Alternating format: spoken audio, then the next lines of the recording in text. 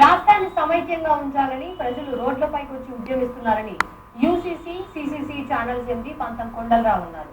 కుట్రపూరితమైన భావజాలంతో తెలంగాణ ఉద్యమం వచ్చిందని గుర్తు చేశారు.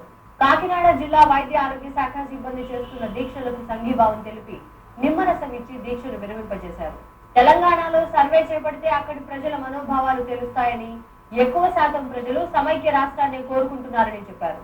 సీమాంధ్ర మంత్రులు పదవులకు రాజీనామా చేసి ఉద్యమంలో పాల్గొన్నారన్న ఆయన రాష్ట్రాన్ని విభజిస్తే సీమాంధ్రలో కాంగ్రెస్ కు పుట్టగతులు ఉండవన్నారు.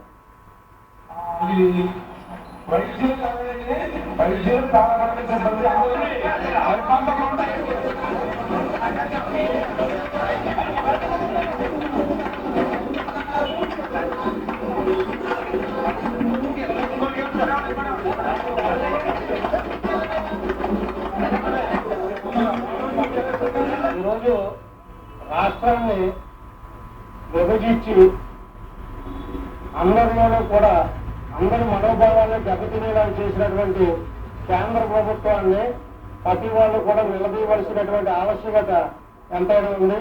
దాంట్లో భాగంగానే రాష్ట్ర వ్యాప్తంగా చాలా చోట్ల ఉద్యమాలు, ప్రజా ఉద్యమాలు అంటే రాజకీయ నాయకులు లేనటువంటి ఉద్యమాలు స్వచ్ఛందంగా ఎవరికి వాళ్ళ ఇంట్లో చిన్నపిల్లలు కానీ పెద్దల వాళ్ళ దాకా అందరూ బయటకు వచ్చి మమ్మల్ని సమైక్యంగా ఉంచండి అని చెప్పి కోరుతున్నప్పుడు కేంద్ర ప్రభుత్వం ఎప్పటికైనా అర్థం చేసుకుని ఇంటెలిజెన్స్ రిపోర్ట్స్ తీసుకుని కల్పించవలసినటువంటి బాధ్యత కేంద్ర ప్రభుత్వం మీద ఎంతైనా ఉంది. ఇది అదేంత వరకు కూడా ప్రజలు ఎవరు కూడా నిద్రపోయే పరిస్థితిలో ఉండరని చెప్పి ముఖ్యంగా మేము తెలియజేసుకుంటాను.